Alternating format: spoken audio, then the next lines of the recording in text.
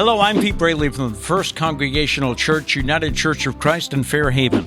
Recently, I learned something new about one of our churchgoers, and I started to wonder, how much do we really know about each other? So I thought I would try to change that. I've always felt that every person has a story to tell. Sometimes we just never ask. So I thought I'd start asking. So welcome to Meet the Members. And our guest today is Marian Purington. Marian, welcome. Thank you. In case people don't know, but most of us do, Marian is 103 years young, right? And another week. I have to ask you, and I'm sure I'm not the first one who's ever asked you, what's your secret? How'd you make it to 103? I had a good husband. How, right? 71 years? 71 years we were married, yeah. Yeah. He died on our anniversary. Oh, my goodness, really? Yeah. I did not... See, I didn't know that. Marian, you're originally from Framingham, did I read? Born, bred in Framingham. So how did you end up in Fairhaven? The family felt that I was getting pretty old, and they should be where they could take care of me. And so the family, moved me down here to Fairhaven so Susan and Norman could take care of me. Okay. How long have you been in Fairhaven? Has it been a little while, or? It's about 11 years. Did you start coming to this church because Sue and Norm were here? Yes. What was your background? What church did you go to? And has church always been a part of your life? Oh, yes. I was brought up in the Presbyterian church. Okay.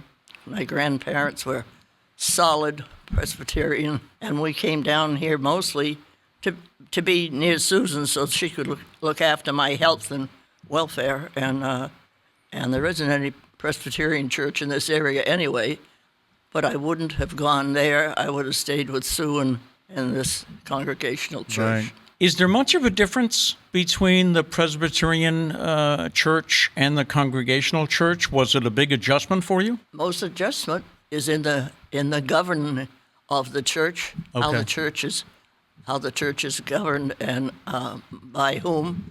I have trouble sometimes here when I don't know who's running this church.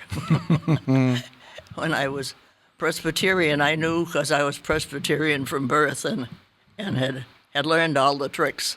So no, there's no real difference. Everybody's welcome. Now, I understand, let's see, you had 3 children? 3 children. Susan's the middle one. Okay, and then who else do we have? My older daughter was here a couple of weeks ago, and she's coming back later to spend probably a month here, so Susan could take a vacation. Her name is? Muffy. Muffy, right? Martha. But we all know her as Muffy. Her husband died in January a year ago, so she's now a widow, so it's no problem for her to be here and let Susan go off. And my son is still in Framingham. He has a growing family and stays where he can look after his children. Has somebody else taking care of his mother. He's taking care of his own children. And his name is? His name is Harold, like his father. Harold, okay. We call him Bud. So let's see, 3 children, 9 grandchildren, and 31 great-grandchildren. I hope they visit a lot, and it must be fun to have them. Well, we had quite a crowd for my birthday For your party. birthday, yes. It's great to have people who want to do the work and are able to do it and perform, because there was quite a crowd. I don't think we counted, but there was around 50 or so for this past birthday celebration. Wonderful. And we had a cake for you here at church, and I remember you said you were putting in your order for the 104th. Please make your reservation now, because who knows, I may not be here for the 4th. Let's go back if we can. What did I read? There was a recent article about you in the Neighborhood News, and I understand you were a Red Cross nurse in World War II? Yes. So were you a nurse when you were younger? I'm afraid so. Afraid so. Where did you work? I trained for Mass General. When the war was on and everybody was going to the military, I worked for the Red Cross instead of being in the military. Well, I don't know why exactly, except a friend and I decided that we would go work for the Red Cross instead of being in the military. Okay. And so it was from very early in the war. Hal went in the military and was a sergeant in the Air Force. My girlfriend and I were Red Cross nurses for the three years. I can't tell you all these things because I can't remember them. And I don't blame you at all. I don't blame you at all. We worked for the Red Cross while the men were in the Army, and when Hal came home, I left the Red Cross alone, and he went to work. And so I just have been a bloodsucker for many years as a Red Cross blood donor, collector, however you want to put it. But it's that was my second life. Was your second life? You mean, so your first life was in nursing at Mass General? Yeah. Anytime there's a mention of blood of the Red Blood Cross, supplies and or somebody needing blood, then when I was just working from the hospital in Framingham, if there was a blood drive, I organized it, and people came to the donor center, wherever it might have been, a church hall someplace, and so I organized that mobile clinic and collected blood as an individual, not as a nurse. Just that was the job to be done. Did you have a specialty as a nurse? Were you a surgical nurse, or were you on the floor? Just a bloodsucker. Just a bloodsucker. Really, yes, it was. It's one of those things that not everybody wants to do it, but right. And not everybody can do it either, because I've had many times at the lab where they say which arm, and I say usually it's this one, and they can't find the vein. But I'm always impressed when someone gets it on the first try. I'm like, oh, you're good. Yes. Well, we hope to be good too, because it's kind of rough. If you get beat up, you don't like it. But it's one of those things that if you can do it, and you don't mind doing it, so why don't you do it? It's one of those things that's very easily done when you know how. Yeah. And you offer to do it for somebody. Sometimes they don't want you to. They think you won't find it. Yeah, they're nervous. Sometimes that happens. Or they're afraid of needles. It's not really that hard.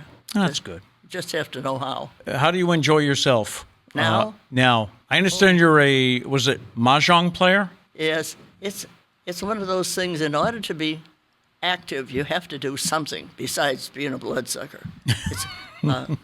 Mahjong is, I play on Tuesdays and Fridays, just for something to do. Are there other things you like to do for enjoyment? Well, they don't let me drive anymore. Okay.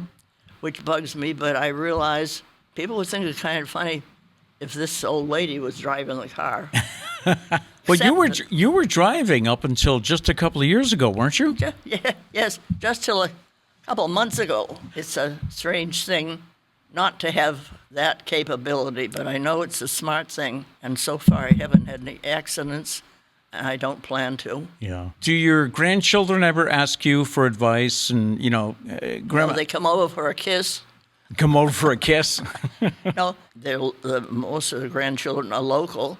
Susan's two boys, has three boys, but two of them are here. They're always willing to come over and have something to eat or pick at my fruit. It's not difficult to amuse them, but they don't need to be amused. They're old enough now, Oh, yeah. Why do you still come to church almost every Sunday? It was built in me. It's built in you. Okay. It's the thing to do. I enjoy Betty. It's the sort of thing that's part of my life. Last Sunday, I woke up and I didn't really feel good, and so I told Susan I wasn't going. And it felt funny. I felt funny all day because I didn't go. And no more reason than that. It just is kind of a good habit.